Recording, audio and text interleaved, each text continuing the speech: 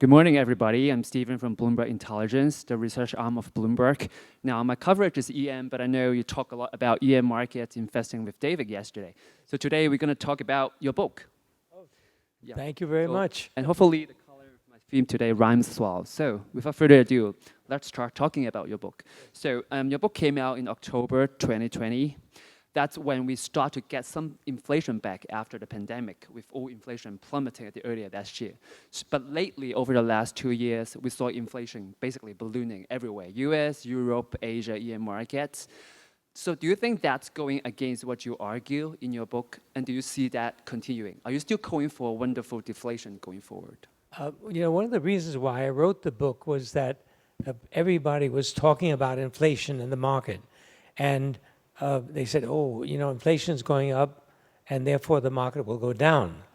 So I began to look at the correlation between inflation as measured by the CPI, the Consumer Price Index, and the market, the US market in this case. And there was really, from a long-term perspective, not very high correlation. In other words, sometimes inflation went up and the market went up. Sometimes inflation came down, the market went up anyway. So that was sort of the impetus for me starting the book. And then I started looking at how inflation was measured. And I realized, God, this is very inaccurate, because the inflation, consumer price inflation, is based on surveys of people spending. And the trouble is that you survey people, you ask them questions about what they spend and for what reason, and they often don't tell you the truth. So you go to someone and you ask them, what your spending patterns, and they won't say anything about their gambling. They won't say anything about their other illicit activities. So you're missing maybe 30% of what's really going out the window. And also, of course, everybody's different, in the way they spend. So I found that in my research, and I talk about this in the book, the CPI, forget it. And the central banks, depending on this measure, also are making mistakes. But then when you get down to the real cause of so-called higher prices, it's really about money supply. It's about how much money is being printed by the central bank. And of course, we've seen during COVID this incredible increase in spending, in issuing of currency by the Fed and by banks all over the world. And the number was about 30% increase. So that's what inflation is. In other words, the measure should be the money supply, not the CPI. And if you want to really understand why prices are going up, you've got to look at the money supply.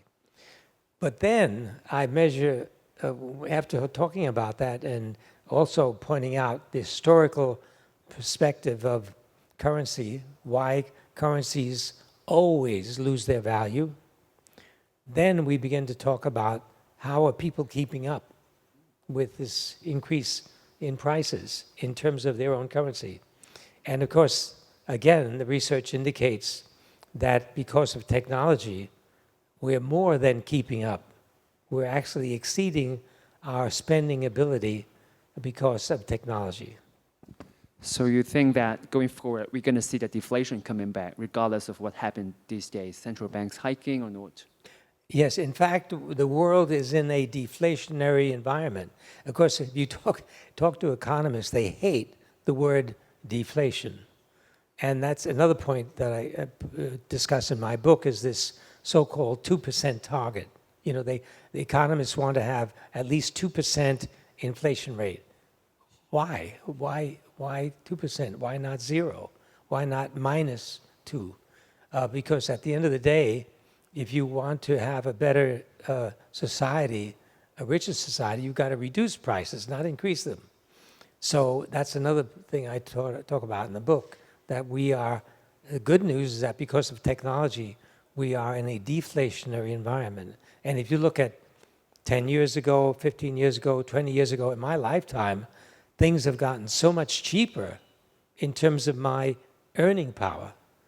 And that's true of people all over the world.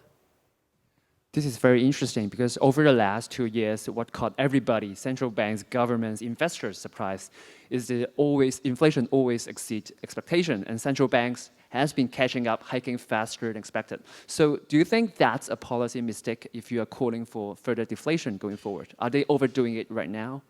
Yeah, of course, what they do is they start printing money in order to solve some economic problem. They think that, if you have a problem in a society like COVID, you've got to start printing so that the economy will be stimulated. And it is stimulated because people have more money in their hands. Then they get this so-called problem with inflation because they've caused it as a result of printing more money. Then they want to do something to correct it. So they raise interest rates. And of course, psychologically, a lot of people say, oh God, this is a very bad thing, and the market is going to go down. But sometimes it doesn't go down because there's no necessary correlation between the interest rate and the movement of the market. So they're in a conundrum, and people in forums like this discuss, oh, what's going to happen? What is the Fed going to do from one minute to the next? And the bottom line is there's nothing that they can do to solve the problem because it's a problem they created, and they're not going to be able to solve it either because by raising interest rates is not necessarily going to solve the problem. So actually, in an interview with Bloomberg back in March, you said that the Fed could hike as high as 8%, if I remember correctly. And the policy rate always has to be higher than the US inflation. So now we have the US, whether it's core, whether it's the headline inflation, we are down to 4 to 5%. So are you saying that the Fed should stop at the 5% level right now as they did this week? Well, if you look at, it's very important to look at two things. You can get this on any service like Bloomberg or whatever. Look at money supply in dollar terms, and you'll see the chart has gone up, and now it's beginning to curve down. That's one thing. That's the total amount of money out there. Then you look at the percent change in money supply. In other words, what the Fed is doing to withdraw money from the system, and you see a dramatic drop in percentage changes.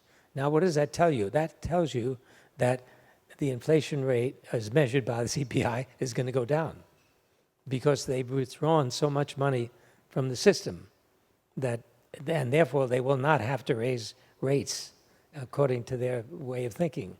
So I would predict that the chances of them raising rates again is low. Of course, they may, in their wisdom, say, we want to give everybody a warning that we could do this again. So we'll raise it by a little bit, maybe 0.25% or whatever. But at the end of the day, the danger from their point of view is over because of their restriction of money supply. Right. So basically, once the Fed stops hiking rates, then it's really a bazooka and also boom for EM markets, as you mentioned yesterday. So I know you like China, you like Taiwan, you like India and Vietnam, and you like, in terms of industry, you like IT industry. So is that still your view? And obviously, like if you have a lower yield environment going forward, IT tech is going to benefit a lot. So is that still the same thinking going forward, or any other interesting industry that we have to focus on? Well, we look at all industries, and we're interested in all sectors. But there's certain sectors that we, in order to avoid trouble, we avoid some that, companies that are going to get into environmental issues, companies that are going to get into the society issues, companies that are going to have bad governance, ESG factors, we try to avoid. But generally speaking, what we do is we try to look at companies that are going to have superior return on capital. In other words, a high, let's say 20, 30% return on capital, return on funds invested. Because these are the companies that will survive any type of interest rate environment because they're returning to their company higher than what the cost of money is. So you find many companies in countries which have extremely high inflation that are doing very well as a result of this high return on capital. Right. So let's move on from the US to something extremely different. So China. So as we all know, China is facing a deflationary or disinflationary situation. So both headline and core CPI has averaged under 1% this year. So is that actually more consistent with what you have been calling in the book with a deflationary world? What do you think of it? Because obviously market participants think that's negative for China. So China has to keep cutting rates, keep easing to save the economy and inflation. So what do you think? Actually, shouldn't that be a plus? Because China has went through like hyperinflation before 1950. So actually they love low inflation world, but why market doesn't like it? You must remember that the Chinese economy is a controlled economy. So in other words, the government is really controlling all levers of the economic picture because they're controlling the banks, they're controlling what the banks can charge, et cetera. There's some degree of what the Fed is trying to do, but they really cannot control all aspects. But the Chinese government can. And of course, their interest now is to create a rising equity market. In order to do that, they want to lower interest rates so that it becomes more attractive to be in the market rather than being in a bank deposit. So I would say that they're going to continue this system of lower and lower rates of interest in the banks. But it's very interesting because so the PBOC Governor Yi Gang has said many, many times that China want real interest rate. They want an upward sloping yield curve, and they're trying to do that. But the problem is now they have to keep cutting rates, and now, like say that the short end 7-day reverse repo, it's already under 2%. So it's actually sort of doing a Fed eventually. Do you see that happening? Like, will they have to go into QE, negative interest rate in time? Well, must remember, what is the biggest problem in China today? Property. Property prices, property companies. People who invested their life savings in property and are now losing it. So this is number one problem that has to be solved in China. And the way to solve it is by making interest rates very low and maybe even negative in order to help these companies to survive and come back up again. So that's a different situation than what you have in the US. Because in the US, you have many, many different avenues for lending. And you, of course, right now with the rise of fintech, you find many, many avenues where people can borrow for one reason or another. So, so how about apart from China in Asia? Like, can you share a little bit more about your inflation outlooks for the markets that you like? Of course, like Taiwan, South Korea, India, and any other markets that you see inflation can work in favor of the economy and investment in those emerging markets. Well, you know, the U.S. leads.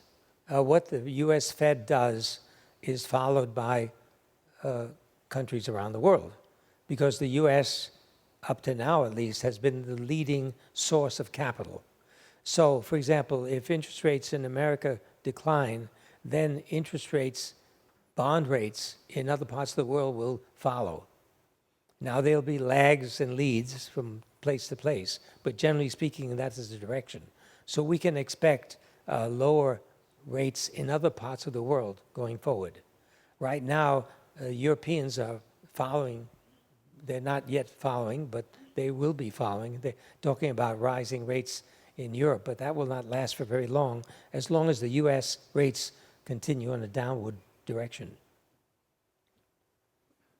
Right. So, so let's maybe talk a little bit more about like China and Taiwan. So, now obviously, like China, mainland China has an interest in Taiwan, and you also have a lot of investment interest in Taiwan. In fact, more than mainland China, if I look at the allocation of your funds. So, what do you think about the Taiwanese markets going forward? Like, what's the prospect for different industries? Obviously, the tech industry for different companies. Like, what's your insight in that? Actually, the prospects are very good for one very important reason. One of the reasons why we're interested in the so-called fabulous companies, tech companies in Taiwan, is because they're deeply involved in semiconductors and the design of semiconductor chips. And with the tension between the US and China, there's going to be an acceleration of semiconductor design and manufacturing. And this will benefit many of these companies because of course, there's some what the U.S. considers critical technological areas, which the Taiwanese will not be able to share with China, but there are lots of other areas where they'll be able to do so, and will continue to do so. As you know, the trade between Taiwan and China is very, very big in the tech area. So I see a lot more activity because of this conflict between China and the US in terms of technology, because now China will have to develop their own technology, and that means much more innovation coming out of China going forward. And of course, in order for the US to keep up, they will have to innovate. So it's going to be very exciting. And that's the reason why AI is so much in the news, because there's a realization that with the speed up of semiconductor developments in the nano area, it's going to be quite a lot of innovation.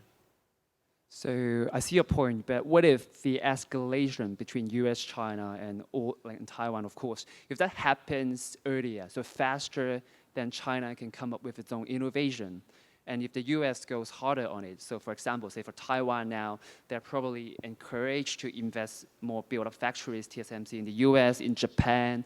So what if the escalation happens much faster than China can really innovate? Of course, then China will be left behind. There's no question about that. But I doubt that will happen. I don't think the Chinese will allow that to take place. They will want to keep up. And you must remember, the other aspect of all of this is the global cyber war that's taking place, not only between China and the US, but between countries all over the world. I know you've been following what's happening in North Korea.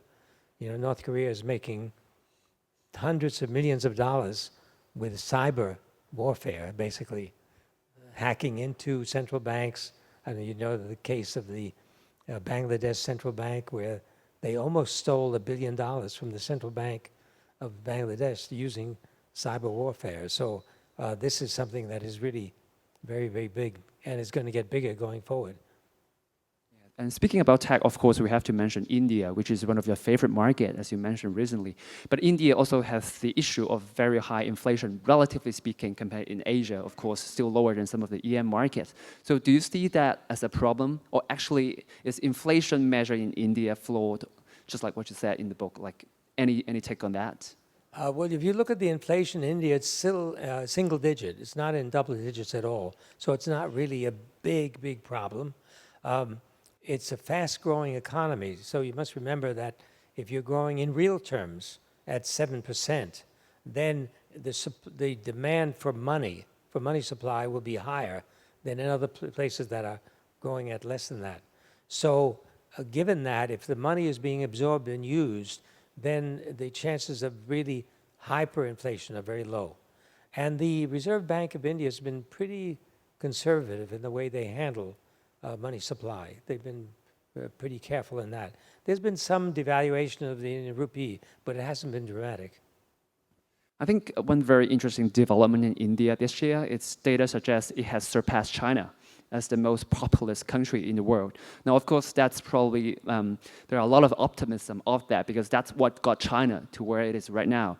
But then there's also the problem of very high unemployment rate, especially among the youth population. So do you think this is going to get resolved? Eventually, India is going to unlock that population potential going forward? It's happening already, and that's because of the digitization that's taking place. You know, it's only in recent years that you've seen this incredible migration from the countryside to the cities in India.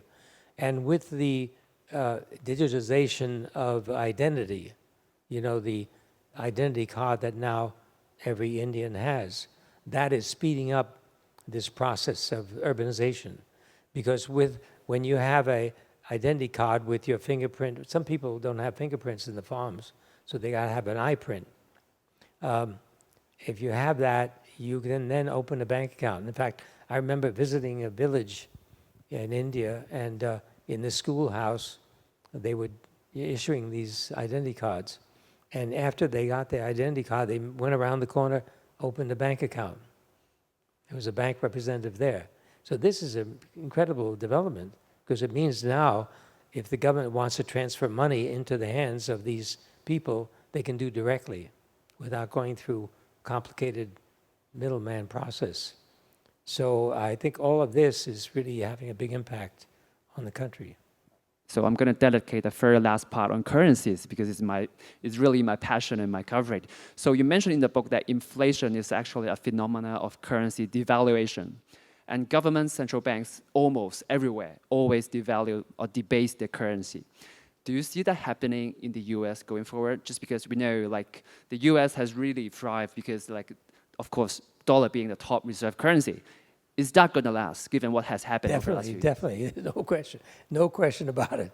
I mean, if you look at even a short history of 10 years, 15 years, 20 years, what you could buy for $1 15, 20 years ago has changed dramatically. But the good news is that with technology, you've been able to reduce the price in terms of your total income. This is what I point out in the book, so that people's incomes have risen faster than the rate of inflation, so that they've been able to buy more, and therefore their standard of living is increasing. But at the end of the day, and again, I point out in the book, if you look through the history of money, no currency has held its value, none. And you can pick any currency you want. None of them have held a value. And of course, one of the reasons why they went off the gold standard, which was a time when things were pretty stable in terms of currency. The reason why they went off the gold standard is they wanted to be able to control the supply of money. And with a standard like that, you cannot do that very easily. So, and of course, my good friend, a professor in the U.S., Hankey, Professor Hankey, he says that no central bank is going to be able to have a stable currency because they keep on issuing. The only way you can stabilize a currency is by having a currency board where the currency board controls the currency in relationship to some standard. So they cannot issue too much. So that's Hong Kong right here. Exactly. So in that Hong Kong is an example. Taiwan, to some extent, is a kind of currency board. Singapore is somewhat in that direction. But the problem is the standard they're using is the US dollar. So in that case, you're not very optimistic about the globalization of the yuan because like people really hyped up about it, talking about being a challenger to the dollar. So it's really not happening, at least for now. Well, it is happening to some extent because what's happening is that some of the trading partners of China are beginning to adopt, are willing to adopt the renminbi in trade. But it cannot happen unless the Chinese government freely open the currency to all kinds of trading. And they're not willing to do that yet. Got it. So in light of time, why don't we open up the floor? So do you have any questions for Dr. Mobius today on inflation, please? Thank you, Mark. Just a quick question. We've been living in a very low interest rate environment since 2008 until last year, probably.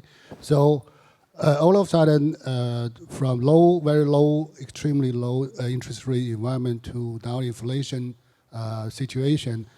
But some of the younger generation of fund managers and money managers, especially in emerging markets, they are in their 20s and 30s. They have never in their career life have never witnessed or experienced inflation kind of environment. So what's kind of advice if you made to give them because they have never dealt with a kind of a high inflation environment to manage billions of dollars for their clients? Thank you. Yeah, that's a very, very good point you make because you have a new generation of people who have now been living on extremely low interest rates. And those are almost zero interest rates. And those days are probably gone for a while, at least. And of course, that's impacted the entire tech area because you had so many companies that were able to issue shares in the market at very high prices with no earnings. In fact, you still have companies that are out there that are huge in terms of market capitalization with no earnings. And of course, when you have higher interest rates, then people begin to think, wait a minute, why am I holding this when I can be earning 5, 6% or whatever in bonds or bank deposits? So you're absolutely right. There's a whole generation of people who have not experienced that. The big difference now, however, is this generation that you're talking about now have cryptocurrency, and they believe in crypto. People used to ask me about crypto, and I said, I don't like to talk about religion in public. But the reality is that, and I'm beginning to appreciate this, is that you have a generation who do believe in crypto, believe in the internet, believe in the community in the internet world. And I think it's, so crypto is here to stay unless governments are successful in suppressing it, because now many governments are beginning to realize, hey, this is a threat to our ability to determine what the money supply is. So it's now becoming more and more difficult to measure what is money supply. Are we counting Bitcoin? Are we counting all these other thousands of other cryptocurrencies? But the important point, I believe, in line with your question, is that you have a generation of people who begin to say, I don't believe in these central banks anymore. And maybe I should believe in something in the community, the global community believe in. So it's going to be interesting the way this develops going forward. Thanks, Mark. I think that wraps up our section today. So thank you so much. Time flies by really fast. Let's give an applause to Dr. Mobius. Thank you. And of course, if you have some free time for the weekend, this is what you should be reading.